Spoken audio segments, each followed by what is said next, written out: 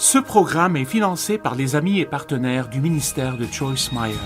Quoi que soit ce que vous traversez maintenant, ne restez pas coincé là.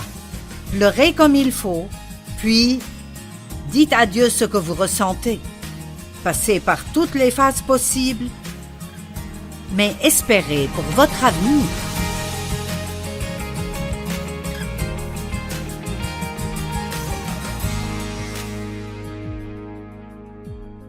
Merci d'être avec nous aujourd'hui sur notre programme. Je veux partager ce que j'ai sur le cœur avec vous.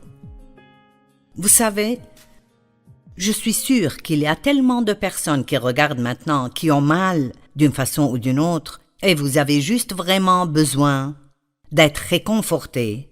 Et je sais ce que c'est que d'être blessé émotionnellement, mentalement. Vous vous inquiétez pour quelque chose, quelqu'un vous a rejeté, ou vous avez eu une grande perte dans votre vie, et le chagrin et la solitude sont les choses dont je veux parler aujourd'hui et demain. Et c'est quelque chose que, d'un côté, c'est naturel de passer par un processus de deuil, mais si vous le laissez continuer trop longtemps, il peut devenir un vrai problème majeur dans votre vie. Et donc, j'espère vous encourager aujourd'hui, et je voudrais commencer avec un beau verset. 2 Corinthiens 1, 3 et 4. Béni soit Dieu, le Dieu et Père de notre Seigneur Jésus-Christ, le Père des miséricordes et le Dieu de toute consolation, j'aime cela, qui nous console dans toutes nos afflictions, afin que nous puissions consoler ceux qui souffrent par la consolation dont nous sommes l'objet de la part de Dieu. Vous savez, ceci est si bon.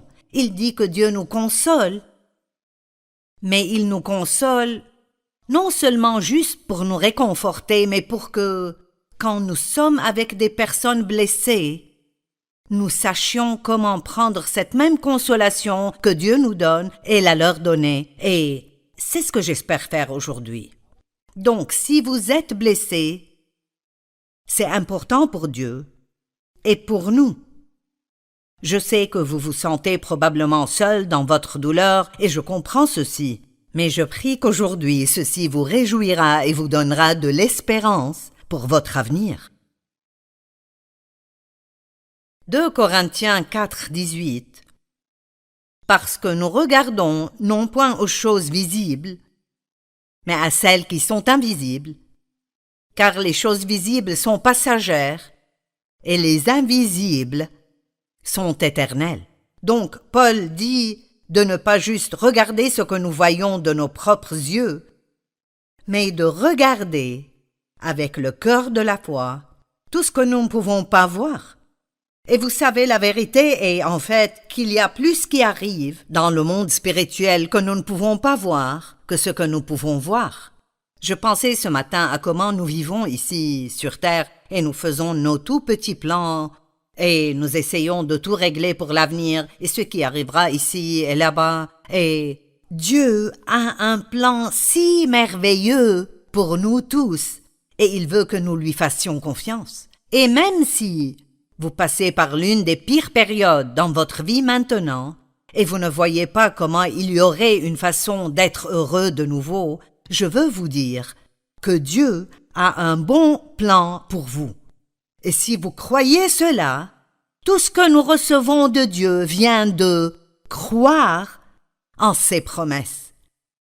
Nous recevons de Dieu quand nous croyons ses promesses. En fait, le mot recevoir veut dire croire, et le mot croire veut dire recevoir.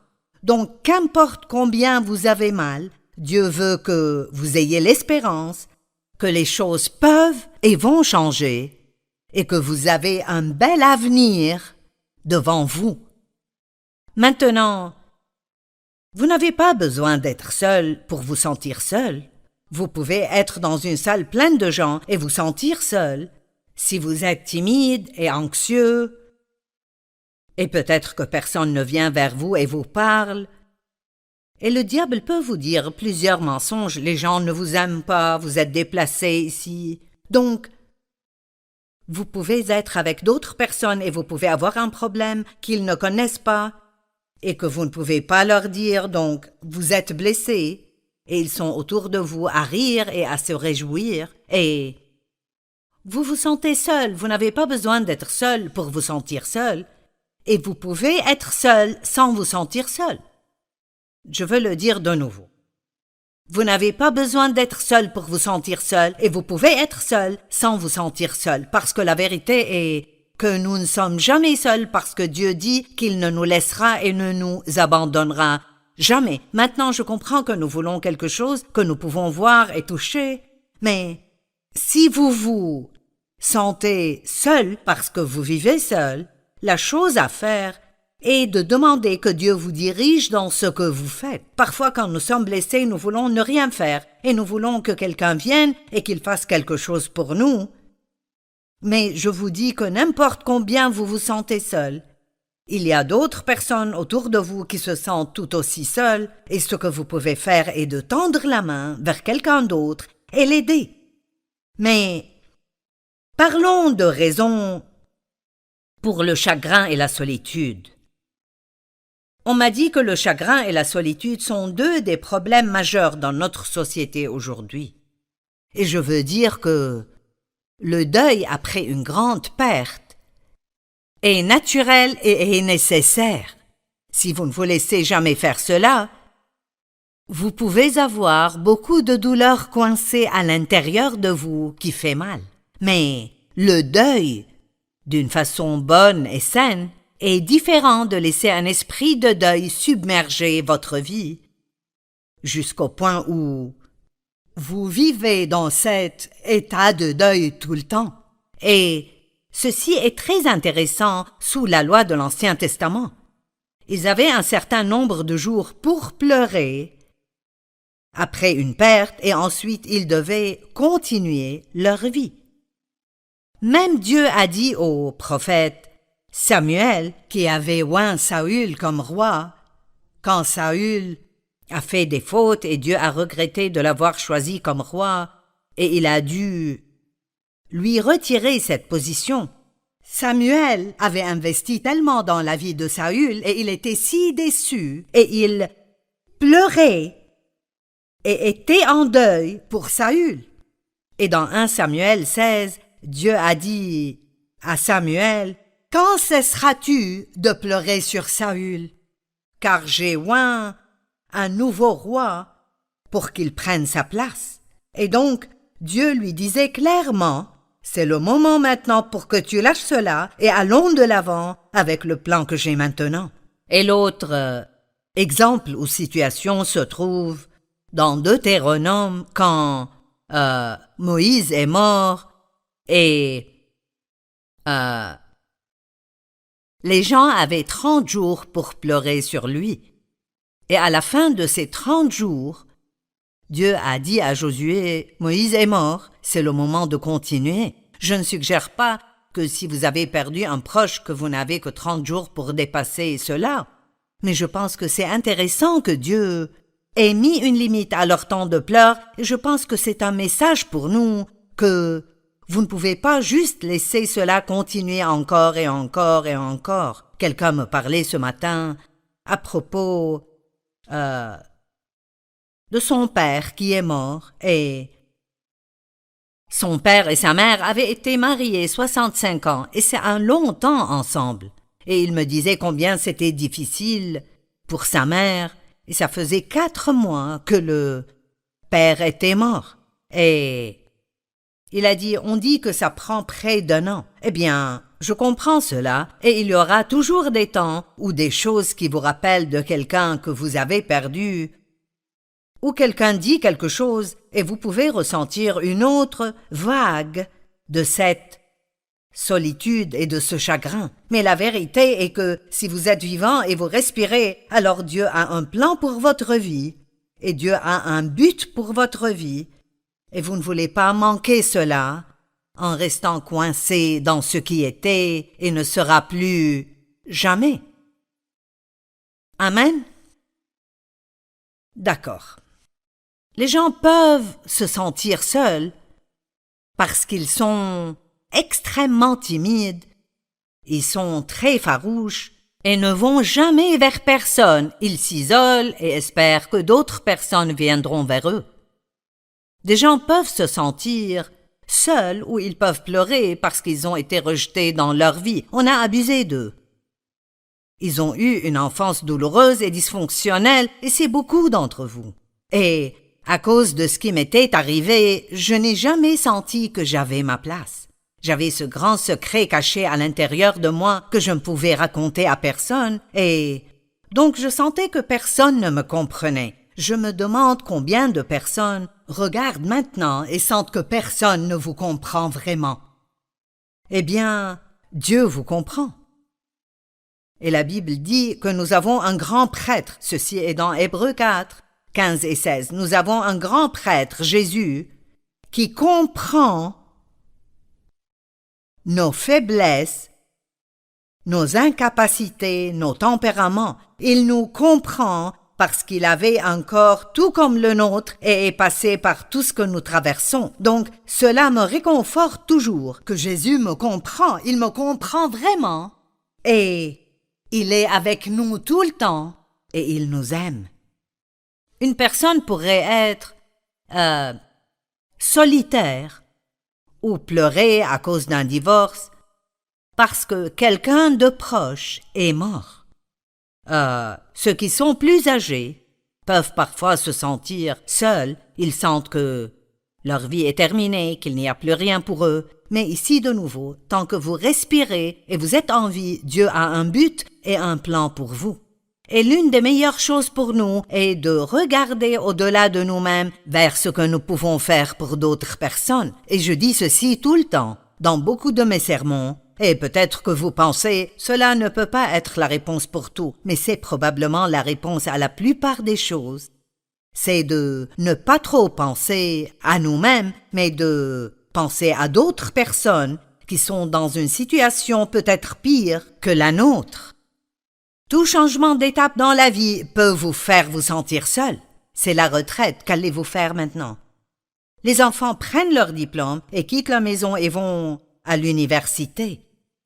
Peut-être que vous avez eu beaucoup d'enfants à la maison et ils commencent à aller à la garderie ou à la 12e ou quoi que ce soit. Certains parents seraient heureux parce qu'ils auront finalement du temps pour eux-mêmes, mais d'autres, j'ai vu des mères passer par des temps difficiles parce que ce qu'elles faisaient pendant leur journée ne doit plus être fait maintenant. Bien sûr, probablement la perte d'un proche, la mort d'un époux, la mort d'un enfant, la mort d'une mère ou d'un père, ou d'une sœur ou d'un frère, ou même un ami très très proche, peut être très très dévastatrice. Mais si vous allez à Dieu et vous le laissez dès le début, commencez à vous consoler, et au lieu de penser à tout ce que vous avez perdu, vous pensez aux bonnes choses dans cette relation, de tous les bons souvenirs dont vous vous rappelez, et vous êtes heureux de les avoir eus dans votre vie aussi longtemps que vous les avez eus. Vous savez, je commence à réaliser, et cela pourrait être drôle parce que j'enseigne beaucoup sur la pensée, mais je pense que tout problème que nous avons est connecté à notre pensée. Ça dépend vraiment de comment nous allons regarder quelque chose et comment nous allons y penser. Et vous savez, la vérité est que quand nous pleurons parce que nous avons perdu une personne dans notre vie, nous pleurons sur nous-mêmes parce que nous sommes ceux qui ont perdu. Si cette personne croyait en Christ, elle est dans un endroit de loin meilleur, et nous savons cela, mais ça n'arrête pas la douleur. Et parfois vous devez juste laisser la douleur venir, vous devez pleurer et laisser Dieu vous réconforter, et vous la traverserez et vous la dépasserez, et vous avez toujours beaucoup de vie, et Dieu a un nouveau plan qu'il oindra pour vous. Espérez. L'espérance est une attitude positive que quelque chose de bien arrivera avec vous. Un autre moment où les gens ont des difficultés est quand ils prennent leur retraite. Vous ne savez pas quoi faire de votre vie maintenant, spécialement si beaucoup de votre identité était liée à votre travail, alors vous pouvez commencer à penser que vous ne faites plus rien maintenant. Qui suis-je maintenant? Vous n'étiez jamais votre travail. Vous devriez toujours pouvoir séparer qui vous êtes de ce que vous faites. Et je pense à ceci depuis longtemps déjà. Si un jour je ne peux plus diriger ce ministère et faire ce que je fais maintenant, je serai toujours une personne importante que Dieu aime parce que je ne laisserai pas ma valeur être dans ce que je fais, mais dans qui je suis en Christ. Peut-être que vous avez perdu votre maison dans une catastrophe naturelle. Imaginez cela.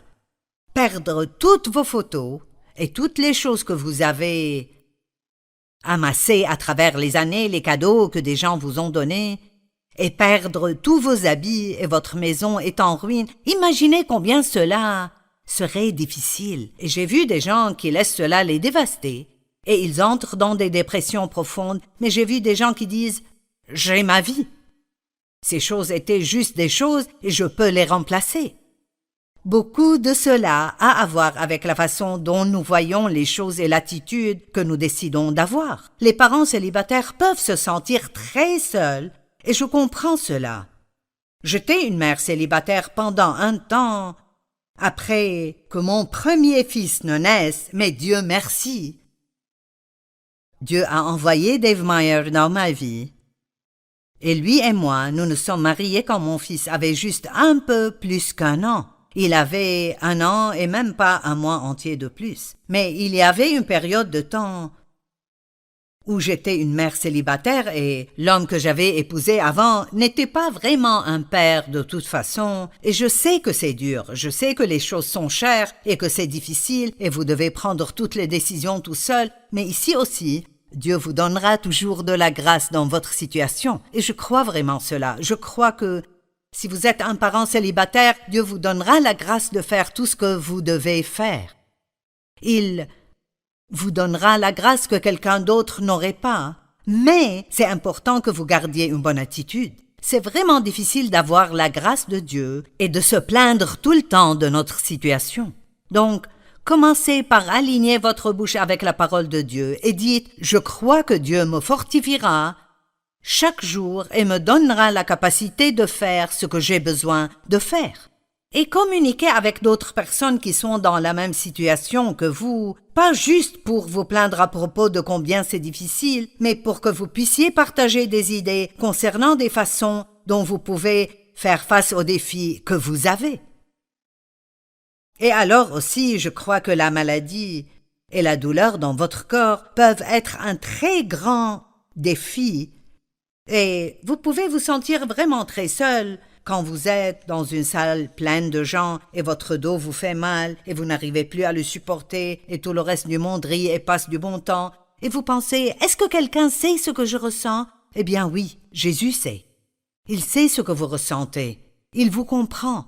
Il sait ce que vous ressentez et il a un bon plan pour votre vie. Le mot solitude, la définition centrale de ce mot est d'être abandonné. Je sais ce que c'est que d'être abandonné. Vous me regardez maintenant et j'ai une belle vie. Je suis à la télé à partager l'Évangile avec des gens partout dans le monde.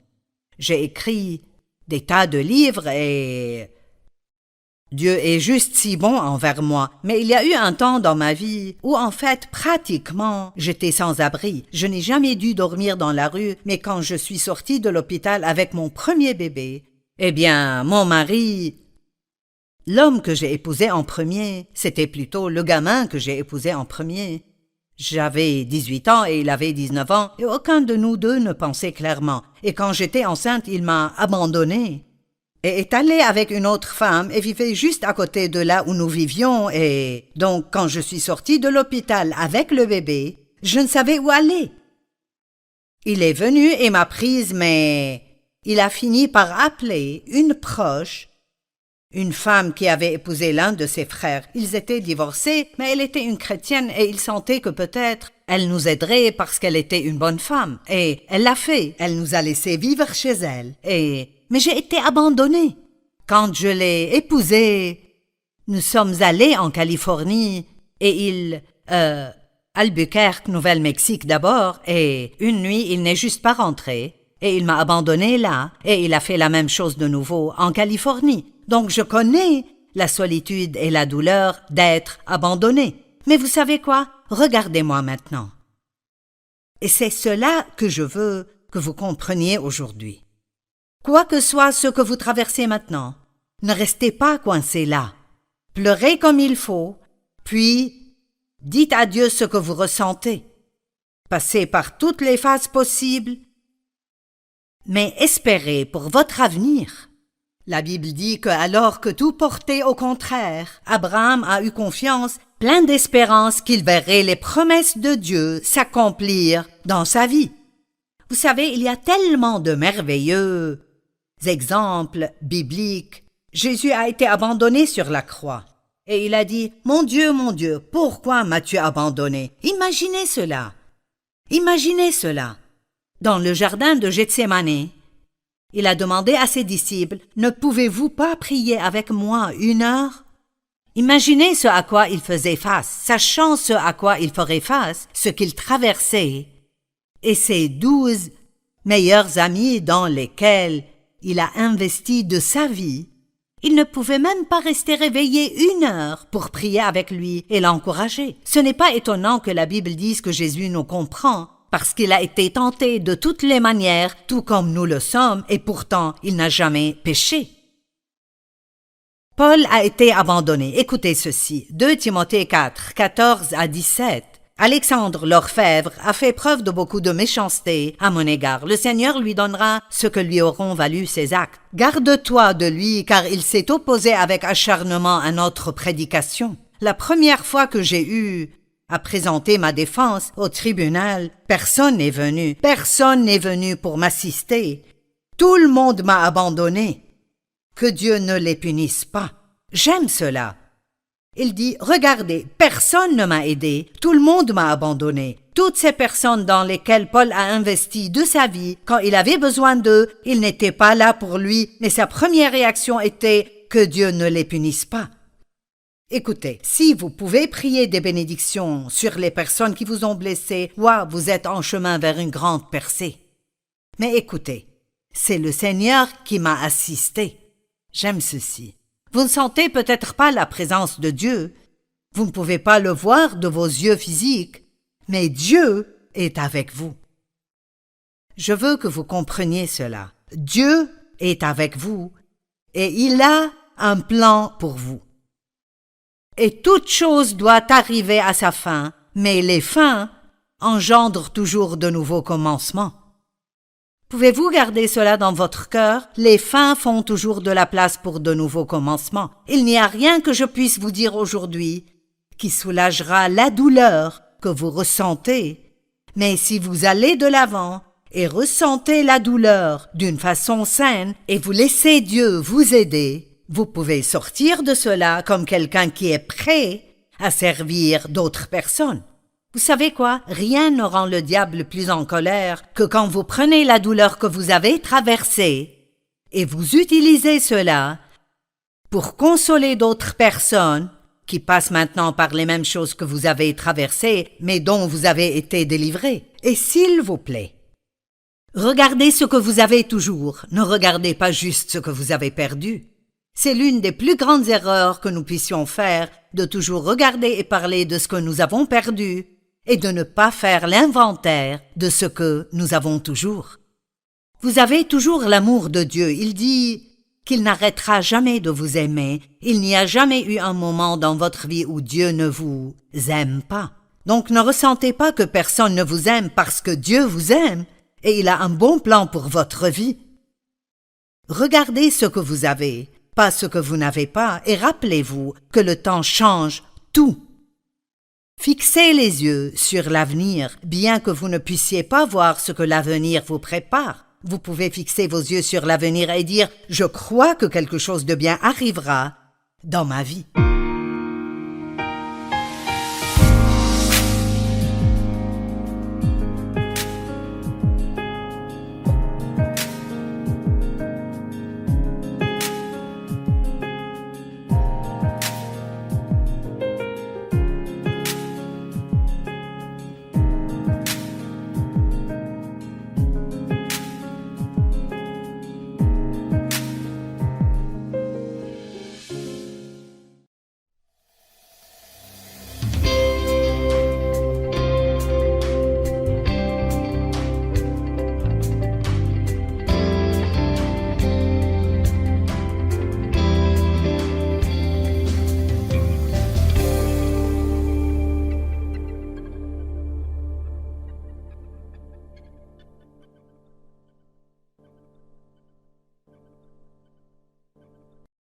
Ce programme est financé par les amis et partenaires du ministère de Joyce Meyer. Quoi que soit ce que vous traversez maintenant, ne restez pas coincés là. Pleurez comme il faut, puis dites à Dieu ce que vous ressentez. Passez par toutes les phases possibles, mais espérez pour votre avenir.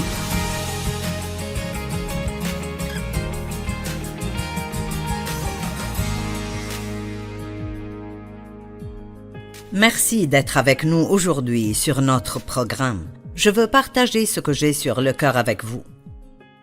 Vous savez, je suis sûre qu'il y a tellement de personnes qui regardent maintenant, qui ont mal d'une façon ou d'une autre, et vous avez juste vraiment besoin d'être réconfortés. Et je sais ce que c'est que d'être blessé émotionnellement, mentalement. Vous vous inquiétez pour quelque chose, quelqu'un vous a rejeté, ou vous avez eu une grande perte dans votre vie, et le chagrin et la solitude sont les choses dont je veux parler aujourd'hui et demain. Et c'est quelque chose que, d'un côté, c'est naturel de passer par un processus de deuil, mais si vous le laissez continuer trop longtemps, il peut devenir un vrai problème majeur dans votre vie. Et donc, j'espère vous encourager aujourd'hui, et je voudrais commencer avec un beau verset.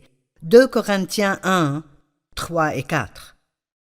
Béni soit Dieu, le Dieu et Père de notre Seigneur Jésus-Christ, le Père des miséricordes et le Dieu de toute consolation, j'aime cela, qui nous console dans toutes nos afflictions, afin que nous puissions consoler ceux qui souffrent par la consolation dont nous sommes l'objet de la part de Dieu. Vous savez, ceci est si bon. Il dit que Dieu nous console, mais il nous console non seulement juste pour nous réconforter, mais pour que, quand nous sommes avec des personnes blessées, nous sachions comment prendre cette même consolation que Dieu nous donne et la leur donner. Et c'est ce que j'espère faire aujourd'hui. Donc, si vous êtes blessé, c'est important pour Dieu et pour nous. Je sais que vous vous sentez probablement seul dans votre douleur et je comprends ceci, mais je prie qu'aujourd'hui ceci vous réjouira et vous donnera de l'espérance pour votre avenir. 2 Corinthiens 4, 18. Parce que nous regardons non point aux choses visibles, mais à celles qui sont invisibles, car les choses visibles sont passagères et les invisibles sont éternels. Donc, Paul dit de ne pas juste regarder ce que nous voyons de nos propres yeux, mais de regarder avec le cœur de la foi tout ce que nous ne pouvons pas voir. Et vous savez, la vérité est en fait qu'il y a plus qui arrive dans le monde spirituel que nous ne pouvons pas voir que ce que nous pouvons voir. Je pensais ce matin à comment nous vivons ici sur Terre et nous faisons nos tout petits plans et nous essayons de tout régler pour l'avenir et ce qui arrivera ici et là-bas. Et Dieu a un plan si merveilleux pour nous tous et il veut que nous lui fassions confiance. Et même si vous passez par l'une des pires périodes dans votre vie maintenant et vous ne voyez pas comment il y aurait une façon d'être heureux de nouveau, je veux vous dire que Dieu a un bon plan pour vous. Et si vous croyez cela, tout ce que nous recevons de Dieu vient de croire en ses promesses. Nous recevons de Dieu quand nous croyons ses promesses. En fait, le mot recevoir veut dire croire, et le mot croire veut dire recevoir. Donc, qu'importe combien vous avez mal, Dieu veut que vous ayez l'espérance que les choses peuvent et vont changer, et que vous avez un bel avenir devant vous. Maintenant, vous n'avez pas besoin d'être seul pour vous sentir seul. Vous pouvez être dans une salle pleine de gens et vous sentir seul. Si vous êtes timide et anxieux, et peut-être que personne ne vient vers vous et vous parle, et le diable peut vous dire plusieurs mensonges, les gens ne vous aiment pas, vous êtes déplacé ici. Donc, vous pouvez être avec d'autres personnes et vous pouvez avoir un problème qu'ils ne connaissent pas, et que vous ne pouvez pas leur dire, donc vous êtes blessés, et ils sont autour de vous à rire et à se réjouir, et vous vous sentez seul, vous n'avez pas besoin d'être seul pour vous sentir seul, et vous pouvez être seul sans vous sentir seul. Je veux le dire de nouveau. Vous n'avez pas besoin d'être seul pour vous sentir seul, et vous pouvez être seul sans vous sentir seul, parce que la vérité est que nous ne sommes jamais seuls, parce que Dieu dit qu'il ne nous laissera et ne nous abandonnera jamais. Maintenant, je comprends que nous voulons quelque chose que nous pouvons voir et toucher, mais si vous vous sentez seul parce que vous vivez seul, la chose à faire est de demander que Dieu vous dirige dans ce que vous faites. Parfois, quand nous sommes blessés, nous voulons ne rien faire et nous voulons que quelqu'un vienne et qu'il fasse quelque chose pour nous. Mais je vous dis que n'importe combien vous vous sentez seul, il y a d'autres personnes autour de vous qui se sentent tout aussi seules, et ce que vous pouvez faire est de tendre la main vers quelqu'un d'autre et l'aider. Mais parlons de raisons pour le chagrin et la solitude. On m'a dit que le chagrin et la solitude sont deux des problèmes majeurs dans notre société aujourd'hui. Et je veux dire que le deuil après une grande perte est naturel et est nécessaire. Si vous ne vous laissez jamais faire cela, vous pouvez avoir beaucoup de douleurs coincées à l'intérieur de vous qui fait mal. Mais le deuil, d'une façon bonne et saine, est différent de laisser un esprit de deuil submerger votre vie, jusqu'au point où vous vivez dans cet état de deuil tout le temps. Et ceci est très intéressant sous la loi de l'Ancien Testament. Ils avaient un certain nombre de jours pour pleurer après une perte et ensuite ils devaient continuer leur vie. Même Dieu a dit au prophète Samuel, qui avait oint Saül comme roi, quand Saül a fait des fautes et Dieu a regretté de l'avoir choisi comme roi, et il a dû lui retirer cette position. Samuel avait investi tellement dans la vie de Saül et il était si déçu et il pleurait et était en deuil pour Saül. Et dans 1 Samuel 16, Dieu a dit à Samuel: « Quand cesseras-tu de pleurer sur Saül? Car j'ai oint un nouveau roi pour qu'il prenne sa place. » Et donc, Dieu lui disait clairement: « C'est le moment maintenant pour que tu lâches cela et allons de l'avant avec le plan que j'ai maintenant. » Et l'autre exemple ou situation se trouve dans Deutéronome quand Moïse est mort et les gens avaient 30 jours pour pleurer sur lui. Et à la fin de ces 30 jours, Dieu a dit à Josué: « Moïse est mort, c'est le moment de continuer. » Je ne suggère pas que si vous avez perdu un proche que vous n'avez que 30 jours pour dépasser cela, mais je pense que c'est intéressant que Dieu ait mis une limite à leur temps de pleurs, et je pense que c'est un message pour nous que vous ne pouvez pas juste laisser cela continuer encore et encore et encore. Quelqu'un me parlait ce matin à propos de son père qui est mort, et son père et sa mère avaient été mariés 65 ans et c'est un long temps ensemble. Et il me disait combien c'était difficile pour sa mère, et ça faisait 4 mois que le père était mort.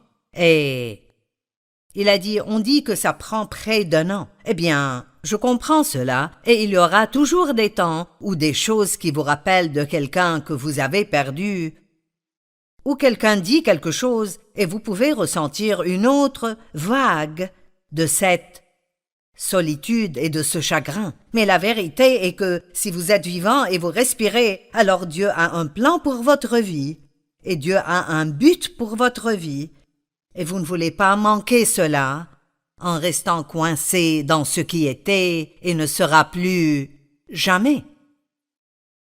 Amen? D'accord. Les gens peuvent se sentir seuls parce qu'ils sont extrêmement timides, ils sont très farouches et ne vont jamais vers personne. Ils s'isolent et espèrent que d'autres personnes viendront vers eux. Des gens peuvent se sentir seuls ou ils peuvent pleurer parce qu'ils ont été rejetés dans leur vie. On a abusé d'eux. Ils ont eu une enfance douloureuse et dysfonctionnelle et c'est beaucoup d'entre vous. Et à cause de ce qui m'était arrivé, je n'ai jamais senti que j'avais ma place. J'avais ce grand secret caché à l'intérieur de moi que je ne pouvais raconter à personne et donc je sentais que personne ne me comprenait. Je me demande combien de personnes regardent maintenant et sentent que personne ne vous comprend vraiment. Eh bien, Dieu vous comprend. Et la Bible dit que nous avons un grand prêtre. Ceci est dans Hébreux 4, 15 et 16. Nous avons un grand prêtre, Jésus, qui comprend nos faiblesses, nos incapacités, nos tempéraments. Il nous comprend parce qu'il avait un corps tout comme le nôtre et est passé par tout ce que nous traversons. Donc, cela me réconforte toujours que Jésus me comprend. Il me comprend vraiment. Et il est avec nous tout le temps et il nous aime. Une personne pourrait être solitaire ou pleurer à cause d'un divorce parce que quelqu'un de proche est mort. Ceux qui sont plus âgés peuvent parfois se sentir seuls. Ils sentent que leur vie est terminée, qu'il n'y a plus rien pour eux. Mais ici de nouveau, tant que vous respirez et vous êtes en vie, Dieu a un but et un plan pour vous. Et l'une des meilleures choses pour nous est de regarder au-delà de nous-mêmes vers ce que nous pouvons faire pour d'autres personnes. Et je dis ceci tout le temps, dans beaucoup de mes sermons. Et peut-être que vous pensez, cela ne peut pas être la réponse pour tout, mais c'est probablement la réponse à la plupart des choses. C'est de ne pas trop penser à nous-mêmes, mais de penser à d'autres personnes qui sont dans une situation peut-être pire que la nôtre. Tout changement d'étape dans la vie peut vous faire vous sentir seul. C'est la retraite, qu'allez-vous faire maintenant? Les enfants prennent leur diplôme et quittent la maison et vont à l'université. Peut-être que vous avez eu beaucoup d'enfants à la maison et ils commencent à aller à la garderie ou à la 12e ou quoi que ce soit. Certains parents seraient heureux parce qu'ils auront finalement du temps pour eux-mêmes, mais d'autres, j'ai vu des mères passer par des temps difficiles parce que ce qu'elles faisaient pendant leur journée ne doit plus être fait maintenant. Bien sûr, probablement la perte d'un proche, la mort d'un époux, la mort d'un enfant, la mort d'une mère ou d'un père, ou d'une sœur ou d'un frère, ou même un ami très très proche, peut être très très dévastatrice. Mais si vous allez à Dieu et vous le laissez dès le début, commencez à vous consoler, et au lieu de penser à tout ce que vous avez perdu, vous pensez aux bonnes choses dans cette relation, de tous les bons souvenirs dont vous vous rappelez, et vous êtes heureux de les avoir eus dans votre vie aussi longtemps que vous les avez eus. Vous savez, je commence à réaliser, et cela pourrait être drôle parce que j'enseigne beaucoup sur la pensée, mais je pense que tout problème que nous avons est connecté à notre pensée. Ça dépend vraiment de comment nous allons regarder quelque chose et comment nous allons y penser. Et vous savez, la vérité est que quand nous pleurons parce que nous avons perdu une personne dans notre vie, nous pleurons sur nous-mêmes parce que nous sommes ceux qui ont perdu. Si cette personne croyait en Christ, elle est dans un endroit de loin meilleur, et nous savons cela, mais ça n'arrête pas la douleur. Et parfois vous devez juste laisser la douleur venir, vous devez pleurer et laisser Dieu vous réconforter, et vous la traverserez et vous la dépasserez, et vous avez toujours beaucoup de vie, et Dieu a un nouveau plan qu'il oindra pour vous. Espérez. L'espérance est une attitude positive que quelque chose de bien arrivera avec vous. Un autre moment où les gens ont des difficultés est quand ils prennent leur retraite. Vous ne savez pas quoi faire de votre vie maintenant. Spécialement, si beaucoup de votre identité était liée à votre travail, alors vous pouvez commencer à penser que vous ne faites plus rien maintenant. Qui suis-je maintenant? Vous n'étiez jamais votre travail. Vous devriez toujours pouvoir séparer qui vous êtes de ce que vous faites. et je pense à ceci depuis longtemps déjà. Si un jour je ne peux plus diriger ce ministère et faire ce que je fais maintenant, je serai toujours une personne importante que Dieu aime parce que je ne laisserai pas ma valeur être dans ce que je fais, mais dans qui je suis en Christ. Peut-être que vous avez perdu votre maison dans une catastrophe naturelle. Imaginez cela. Perdre toutes vos photos et toutes les choses que vous avez amassées à travers les années, les cadeaux que des gens vous ont donnés, et perdre tous vos habits et votre maison est en ruine. Imaginez combien cela serait difficile. Et j'ai vu des gens qui laissent cela les dévaster, et ils entrent dans des dépressions profondes, mais j'ai vu des gens qui disent « J'ai ma vie ». Ces choses étaient juste des choses et je peux les remplacer. Beaucoup de cela a à voir avec la façon dont nous voyons les choses et l'attitude que nous décidons d'avoir. Les parents célibataires peuvent se sentir très seuls et je comprends cela. J'étais une mère célibataire pendant un temps, après que mon premier fils ne naisse, mais Dieu merci. Dieu a envoyé Dave Meyer dans ma vie. Et lui et moi, nous nous sommes mariés quand mon fils avait juste un peu plus qu'1 an. Il avait 1 an et même pas un mois entier de plus. Mais il y avait une période de temps où j'étais une mère célibataire et l'homme que j'avais épousé avant n'était pas vraiment un père de toute façon. Et je sais que c'est dur, je sais que les choses sont chères et que c'est difficile et vous devez prendre toutes les décisions tout seul. Mais ici aussi, Dieu vous donnera toujours de la grâce dans votre situation. Et je crois vraiment cela. Je crois que si vous êtes un parent célibataire, Dieu vous donnera la grâce de faire tout ce que vous devez faire. Il vous donnera la grâce que quelqu'un d'autre n'aurait pas. Mais c'est important que vous gardiez une bonne attitude. C'est vraiment difficile d'avoir la grâce de Dieu et de se plaindre tout le temps de notre situation.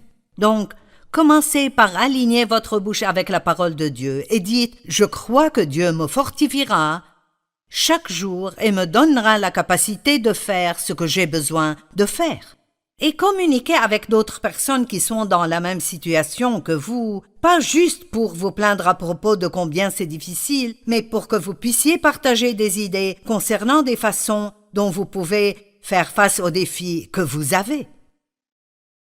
Et alors aussi, je crois que la maladie et la douleur dans votre corps peuvent être un très grand défi et vous pouvez vous sentir vraiment très seul quand vous êtes dans une salle pleine de gens et votre dos vous fait mal et vous n'arrivez plus à le supporter et tout le reste du monde rit et passe du bon temps et vous pensez « Est-ce que quelqu'un sait ce que je ressens ?» Eh bien oui, Jésus sait. Il sait ce que vous ressentez. Il vous comprend. Il sait ce que vous ressentez et il a un bon plan pour votre vie. Le mot solitude, la définition centrale de ce mot est d'être abandonné. Je sais ce que c'est que d'être abandonné. Vous me regardez maintenant et j'ai une belle vie. Je suis à la télé à partager l'Évangile avec des gens partout dans le monde. J'ai écrit des tas de livres et Dieu est juste si bon envers moi. Mais il y a eu un temps dans ma vie où en fait pratiquement j'étais sans abri. Je n'ai jamais dû dormir dans la rue, mais quand je suis sortie de l'hôpital avec mon premier bébé, eh bien mon mari, l'homme que j'ai épousé en premier, c'était plutôt le gamin que j'ai épousé en premier. J'avais 18 ans et il avait 19 ans et aucun de nous deux ne pensait clairement. Et quand j'étais enceinte, il m'a abandonnée et est allé avec une autre femme et vivait juste à côté de là où nous vivions et donc quand je suis sortie de l'hôpital avec le bébé, je ne savais où aller. Il est venu et m'a prise mais il a fini par appeler une proche, une femme qui avait épousé l'un de ses frères. Ils étaient divorcés, mais elle était une chrétienne et il sentait que peut-être elle nous aiderait parce qu'elle était une bonne femme. Et elle l'a fait. Elle nous a laissé vivre chez elle. Mais j'ai été abandonnée.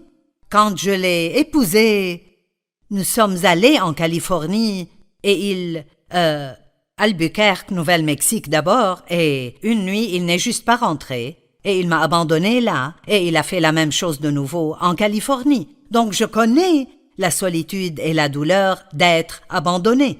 Mais vous savez quoi? Regardez-moi maintenant. Et c'est cela que je veux que vous compreniez aujourd'hui. Quoi que soit ce que vous traversez maintenant, ne restez pas coincés là. Pleurez comme il faut, puis dites à Dieu ce que vous ressentez.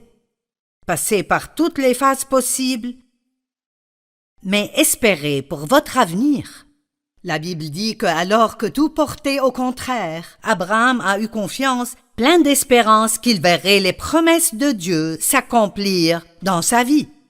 Vous savez, il y a tellement de merveilleux exemples bibliques. Jésus a été abandonné sur la croix.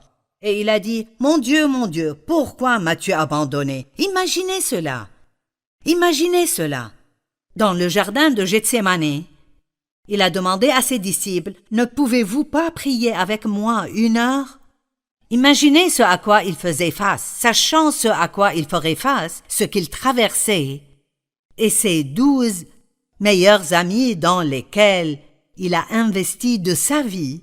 Il ne pouvait même pas rester réveillé 1 heure pour prier avec lui et l'encourager. Ce n'est pas étonnant que la Bible dise que Jésus nous comprend, parce qu'il a été tenté de toutes les manières, tout comme nous le sommes, et pourtant il n'a jamais péché.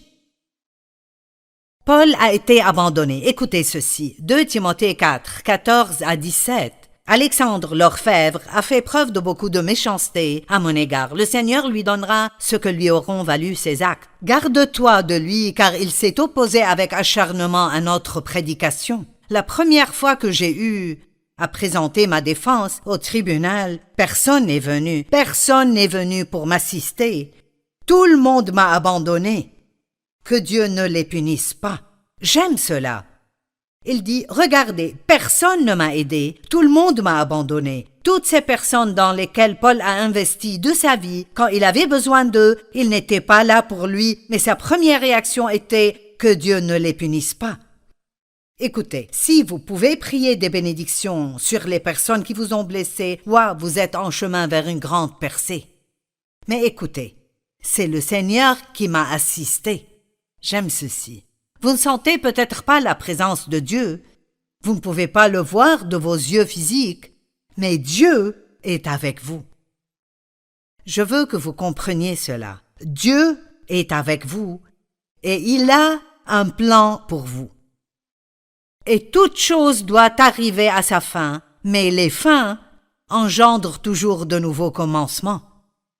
Pouvez-vous garder cela dans votre cœur? Les fins font toujours de la place pour de nouveaux commencements. Il n'y a rien que je puisse vous dire aujourd'hui qui soulagera la douleur que vous ressentez. Mais si vous allez de l'avant et ressentez la douleur d'une façon saine et vous laissez Dieu vous aider, vous pouvez sortir de cela comme quelqu'un qui est prêt à servir d'autres personnes. Vous savez quoi? Rien ne rend le diable plus en colère que quand vous prenez la douleur que vous avez traversée et vous utilisez cela pour consoler d'autres personnes qui passent maintenant par les mêmes choses que vous avez traversées, mais dont vous avez été délivrés. Et s'il vous plaît, regardez ce que vous avez toujours, ne regardez pas juste ce que vous avez perdu. C'est l'une des plus grandes erreurs que nous puissions faire, de toujours regarder et parler de ce que nous avons perdu, et de ne pas faire l'inventaire de ce que nous avons toujours. Vous avez toujours l'amour de Dieu. Il dit qu'il n'arrêtera jamais de vous aimer. Il n'y a jamais eu un moment dans votre vie où Dieu ne vous aime pas. Donc ne ressentez pas que personne ne vous aime parce que Dieu vous aime et il a un bon plan pour votre vie. Regardez ce que vous avez, pas ce que vous n'avez pas, et rappelez-vous que le temps change tout. Fixez les yeux sur l'avenir, bien que vous ne puissiez pas voir ce que l'avenir vous prépare. Vous pouvez fixer vos yeux sur l'avenir et dire « Je crois que quelque chose de bien arrivera dans ma vie. »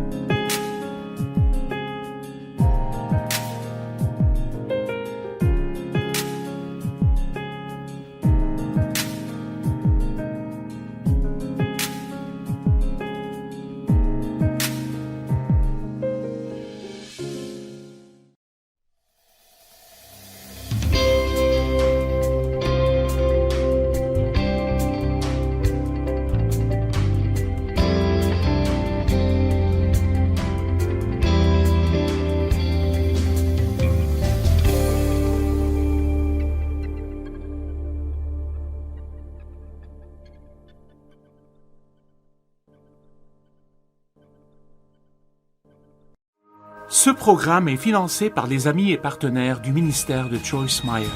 Quoi que soit ce que vous traversez maintenant, ne restez pas coincé là. Pleurez comme il faut, puis dites à Dieu ce que vous ressentez.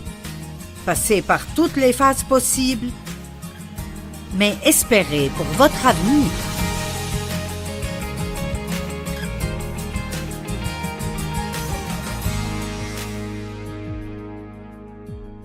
Merci d'être avec nous aujourd'hui sur notre programme. Je veux partager ce que j'ai sur le cœur avec vous. Vous savez, je suis sûre qu'il y a tellement de personnes qui regardent maintenant, qui ont mal d'une façon ou d'une autre, et vous avez juste vraiment besoin d'être réconfortés. Et je sais ce que c'est que d'être blessé émotionnellement, mentalement. Vous vous inquiétez pour quelque chose, quelqu'un vous a rejeté, ou vous avez eu une grande perte dans votre vie, et le chagrin et la solitude sont les choses dont je veux parler aujourd'hui et demain. Et c'est quelque chose que, d'un côté, c'est naturel de passer par un processus de deuil, mais si vous le laissez continuer trop longtemps, il peut devenir un vrai problème majeur dans votre vie. Et donc, j'espère vous encourager aujourd'hui, et je voudrais commencer avec un beau verset. 2 Corinthiens 1, 3 et 4. Béni soit Dieu, le Dieu et Père de notre Seigneur Jésus-Christ, le Père des miséricordes et le Dieu de toute consolation, j'aime cela, qui nous console dans toutes nos afflictions, afin que nous puissions consoler ceux qui souffrent par la consolation dont nous sommes l'objet de la part de Dieu. Vous savez, ceci est si bon. Il dit que Dieu nous console, mais il nous console non seulement juste pour nous réconforter, mais pour que, quand nous sommes avec des personnes blessées, nous sachions comment prendre cette même consolation que Dieu nous donne et la leur donner. Et c'est ce que j'espère faire aujourd'hui. Donc, si vous êtes blessé, c'est important pour Dieu et pour nous. Je sais que vous vous sentez probablement seul dans votre douleur et je comprends ceci, mais je prie qu'aujourd'hui ceci vous réjouira et vous donnera de l'espérance pour votre avenir. 2 Corinthiens 4, 18. Parce que nous regardons non point aux choses visibles, mais à celles qui sont invisibles, car les choses visibles sont passagères et les invisibles sont éternels. Donc, Paul dit de ne pas juste regarder ce que nous voyons de nos propres yeux, mais de regarder avec le cœur de la foi tout ce que nous ne pouvons pas voir. Et vous savez, la vérité est en fait qu'il y a plus qui arrive dans le monde spirituel que nous ne pouvons pas voir que ce que nous pouvons voir.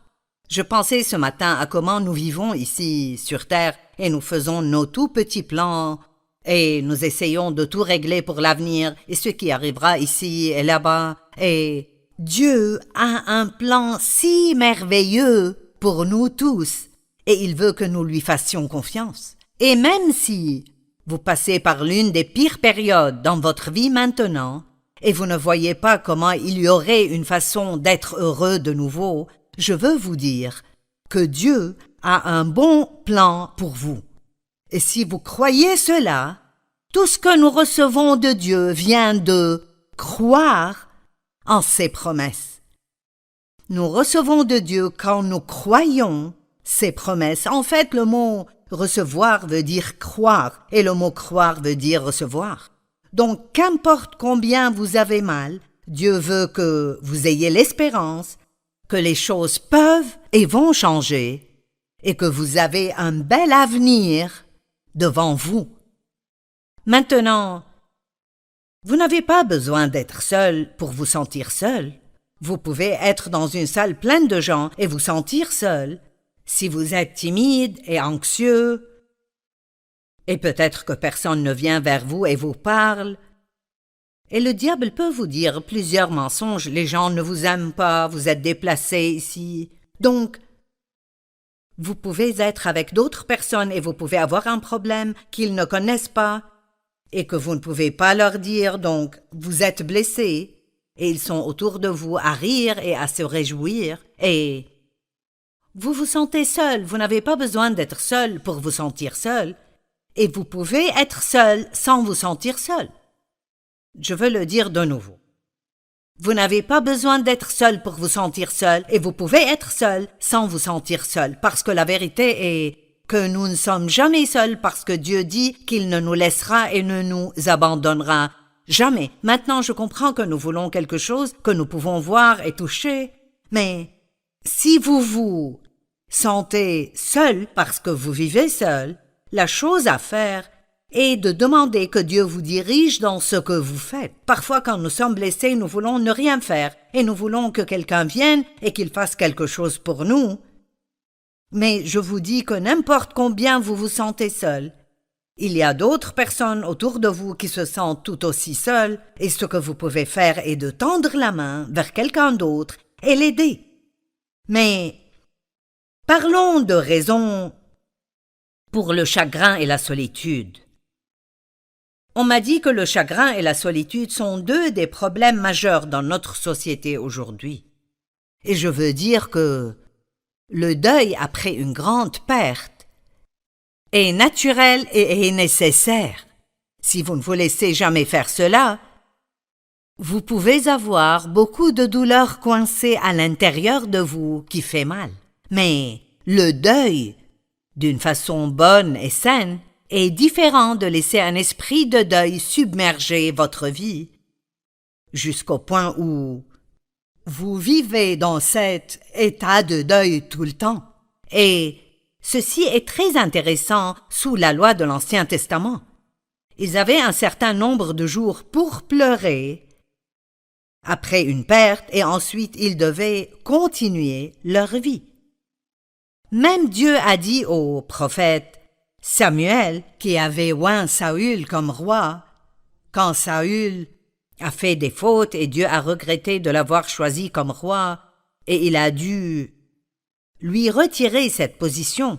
Samuel avait investi tellement dans la vie de Saül et il était si déçu et il pleurait et était en deuil pour Saül. Et dans 1 Samuel 16, Dieu a dit à Samuel, « Quand cesseras-tu de pleurer sur Saül? Car j'ai oint un nouveau roi pour qu'il prenne sa place. » Et donc, Dieu lui disait clairement, « C'est le moment maintenant pour que tu lâches cela et allons de l'avant avec le plan que j'ai maintenant. » Et l'autre exemple ou situation se trouve dans Deutéronome quand Moïse est mort et les gens avaient 30 jours pour pleurer sur lui. Et à la fin de ces 30 jours, Dieu a dit à Josué, « Moïse est mort, c'est le moment de continuer. » Je ne suggère pas que si vous avez perdu un proche que vous n'avez que 30 jours pour dépasser cela. Mais je pense que c'est intéressant que Dieu ait mis une limite à leur temps de pleurs et je pense que c'est un message pour nous que vous ne pouvez pas juste laisser cela continuer encore et encore et encore. Quelqu'un me parlait ce matin à propos de son père qui est mort et son père et sa mère avaient été mariés 65 ans et c'est un long temps ensemble. Et il me disait combien c'était difficile pour sa mère et ça faisait 4 mois que le père était mort. Et il a dit, on dit que ça prend près d'1 an. Eh bien, je comprends cela, et il y aura toujours des temps ou des choses qui vous rappellent de quelqu'un que vous avez perdu, ou quelqu'un dit quelque chose, et vous pouvez ressentir une autre vague de cette solitude et de ce